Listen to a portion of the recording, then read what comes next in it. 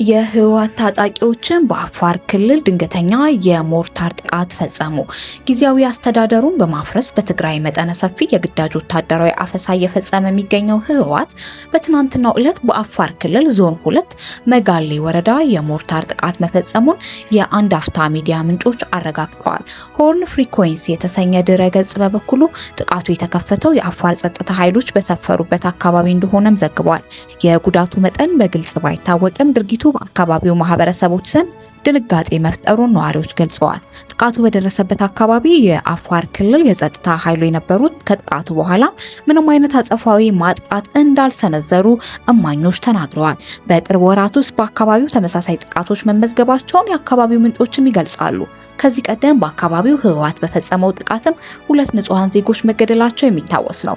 የትግራይ ታጣቂ በአካባቢው ጥቃት የፈጸሙት በፌዴራል መንግስትና ህወሓት መካከል ያለውን ውጥረት ባየለበት ወቅት ነው።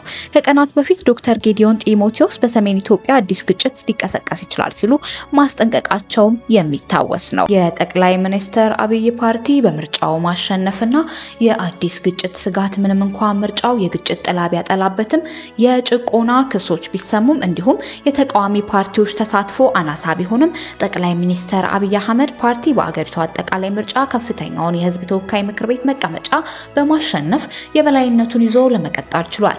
ይፋ ከተደረጉ 501 መቀመጫዎች ውስጥ 438ቱን ያገኘው የብልጽግና ፓርቲ አዲስ መንግስት ለመመስረት ይችላል። ጠቅላይ ሚኒስትሩም በቀጣይ ዓመት መስከረም በስልጣናቸው ለመቀጠል ቃለ መሐላ ይፈጽማሉ። ይህ ለአብይ ደጋፊዎች ትልቅ ድል በመሆኑ በበላይነት የመሩትን የኢኮኖሚ ለውጥ እንደሚቀጥሉ ያምናሉ። ነገር ግን ሌሎች አብይ ጠቅላይ ሚኒስትር ሆነው ሲቀጥሉ በህዝብ ብዛት በአፍሪካ ሁለተኛዋ በሆነችው አገር ውስጥ ያሉት ክፍፍልና የደህንነት ተግዳሮቶች እየተባባሱ ይሄዳሉ ብለውም ይሰጋሉ። የ49 ዓመቱ ጠቅላይ ሚኒስትር ለመጀመሪያ ጊዜ ወደ ስልጣን የመጡት በአውሮፓውያኑ 2018 የተካሄዱ ተቃውሞችን ተከትሎ ሲሆን መጀመሪያ ላይ ስለ አንድነት ባደረጉት ጥሪ ከፍተኛ ተቀባይነትን ቢያገኙም ከሁለት አስርት ዓመታት በላይ የአገሪቱን መንግስታት ተቆጣጥረው ከቆዩ ከትግራይ ፖለቲከኞች ጋር ተቃቅረዋል። አብይ ወደ ስልጣን ከመጡ ከአንድ ዓመት በኋላ በዋናነት ከኢትዮጵያ ሰሜናዊ ጎረቤት ከኤርትራ ጋር የነበረውን አስርታት ያስቆጠረ ፍጥጫን ለማስቀረት በወሰዱት እርምጃ ምክንያት የኖቤል የሰላም ሽልማትን አሸንፈዋል። በአገሪቱ የአማራና ኦሮሚያ ክልል የሚካሄዱ ኃይለኛ የታጣቂ እንቅስቃሴ ስለማብቃታቸው ምልክቶች ባለማሳየታቸው የደህንነት ባለሙያዎች አገሪቱ ወደ ጦርነት ልትመለስ እንደምትችል ይሰጋሉ። በምርጫው ቀን ከመንግስት ኃይሎች ጋር የሚዋጉት ታጣቂ ቡድኖች በፈጠሩት የደህንነት ስጋት ምክንያት በአገሪቱ በርካታ ህዝብ በሚኖርባት ሁለቱ ክልሎች ውስጥ 143 የምርጫ ጣቢያዎች ሳይከፈቱ ቀርተዋል። በአማራ ክልል የፋኖ ሚሊሻና በሽብር ቡድንነት የተፈረጀው በኦሮሚያ ክልል የሚንቀሳቀሰው የኦሮሞ ነጻነት ሰራዊት ሁለቱም ምርጫቸውና ውጤቱን ውድቅ አድርገዋል። ከ4 ዓመት በፊት ካበቃው የ2 ዓመት እርስ በርስ ጦርነት እያገገመ ባለው በትግራይ ክልልም ያለው ሁኔታ አሳሳቢ እየሆነ መጥቷል። ጦርነት ዳግም ሊቀሰቀስ ይችላል ተብሎ የሚሰጋበት 6 ሚሊዮን ነዋሪ ያሉት የትግራይ ክልል ምርጫ አልተካሄደበትም። ትግራይ በሁለቱ ዓመታት ጦርነት ወቅትም ወታደሮች ከኢትዮጵያ መንግስት ኃይሎች ደግፈው ከተዋጉ ከኤርትራ ጋር ትዋሰናለች። ውድቅ ብታደርገውም በወታደሮቿ ትግራይ ውስጥ ሰፊ የሆነ ግፍ ፈጽመዋል ተብለው ይከሰሳሉ።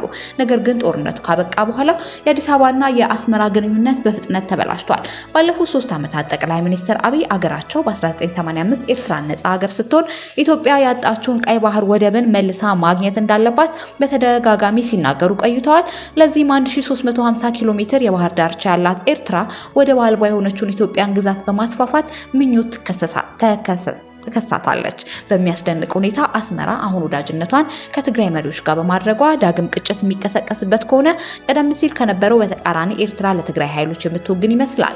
አዲስ አበባ ከኢትዮጵያና ኤርትራ ጋር በምትዋሰነው ሱዳን ውስጥ በሚካሄድ እርስ በርስ ጦርነት ውስጥ ተሳትፎ እንዳላት ትከሳለች።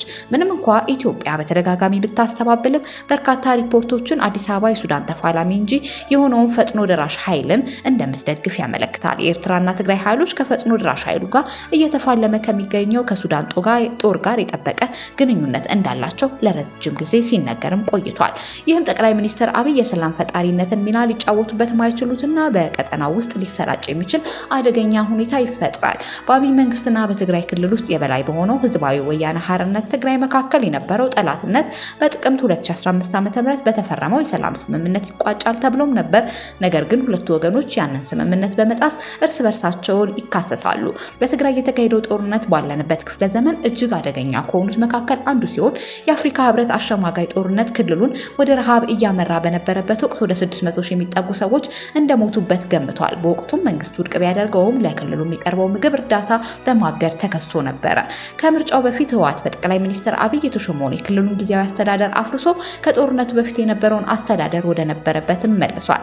በትግራይ የሚንቀሳቀስ ተቃዋሚ የሳልሳይ ወያኔ ፖለቲካ ፓርቲ አባል የሆኑት ሸዊት ውዳሴ ለቢቢሲ እንደተናገሩት በርካታ ወጣቶች ለውትድርና እየተመለመሉ መሆኑ የትግራይ ህዝብ ስጋት ውስጥ ነው። በአድዋ ከተማ የሚኖር አንድ ወጣት ለቢቢሲ ትግረኛ እንደተነገረው ሲቪል የለበሱ የታጠቁ ሰዎች ወደ ቤቱ እንደሄዱና በትጥቅ ትግል ውስጥ እንድንሳተፍ እንደያዙን ነግረውናልን ብለዋል። ወጣቶቹ ራሳቸውን ለመከላከል ስልጠና እየወሰዱ ነው ሲሉ የሰሜን ምዕራብ ትግራይ የደህንነት ኃላፊ አቶ ተስፋዬ አባዲ ተናግረዋል። ይሁን እንጂ ሀዲሰን እንደሚሉት እነዚህ የህወሓት ድርጊቶች የመጡበት ጠቅላይ ሚኒስትር አብይ ከስምምነቱ ውስጥ በትግራይ ስጋትን የሚፈጥር እርምጃ በመውሰዱ ነው ይላሉ። በፌዴራል መንግስትና በህወሓት መካከል ከ4 ዓመት በፊት ለተደረሰው የሰላም ስምምነት ዋና አሸማጋይ የነበረችው አሜሪካ ባለፈው ሳምንት አክራሪ የህወሓት አባላትና የቅርብ ቤተሰቦቻቸውን ኢላማ ያደረገ የቪዛ እገዳ ጥላለች። እገዳው እነማንን እንደሚመለከት በስም ባይጠቀስም በትግራይ ክልል የተፈጠረውን ቀውስ ለመፍታት የሚደረገውን ጥረት የሚያደናቅፉ ወይም ተባባሪዎችን የሚመለከት ነው ብሏል። በዓለም አቀፍ የክራይሲስ ግሩፕ ባለሙያዎቹ ቡድን የአፍሪካ ቀንድ ተንታኞች የሆኑት ማግነስ ቴይለር በፍጥነት ወደ ጦርነት ይገባል ብለው አያምኑም። ነገር ግን እየቀጠለ ያለው ዝቅተኛ ውጥረት አደገኛ ሁኔታ ነው ብለዋል። አዲስ አበባ ህወሓት ከኢትዮጵያ ጠላቶች ጋር እየወገነ ነው ብላ በምታምንበት በዚህ በጣም በተካረረና መርዛማ ቀጠና የፖለቲካ ውስጥ ትግራይን ማዕከል ያደረገ አካባቢያዊ ግጭት የመፍጠር እድሉ ሰፊ ነው ሲሉ ለቢቢሲ ተናግረዋል። የትግራይ ተቃዋሚ ፖለቲከኛዋ ለሆነችው ለሸዊት ችግሩ የሁለቱም ወገኖች ግትር መሆንና ልዩነቶቻቸውን በድርድር ለመፍታት ፈቃደኛ ለመሆናቸው ነው። የበላይነታቸውን ለማረጋገጥ ትክክለኛውን ጊዜ እየጠበቁ እንደሆነ አምናለሁ። ይህ ደግሞ ወደ ውጊያ ሊያመራ ይችላል። እንደ ሀድሰን ገለጻ ደግሞ የሚቀጥሉት ወራት የኢትዮጵያ ወደፊት ዕጣ ፈንታ የሚወስኑ ሊሆኑ ይችላሉ ትላለች። ብዙዎቻችን አብይ የፖለቲካ ስልጣኑን ማጠናከር ለትግራይ ለግጭቱ ለአንዴና ለመጨረሻ ጊዜ እንዲያበቃ ለማድረግ ወይም መፍትሄ ለመስጠት እንደሚጠቀምበት መስጋታችን ተገቢ ይመስለኛልን ትላለች። ይህ መረጃ የቢቢሲ አማርኛ ነው።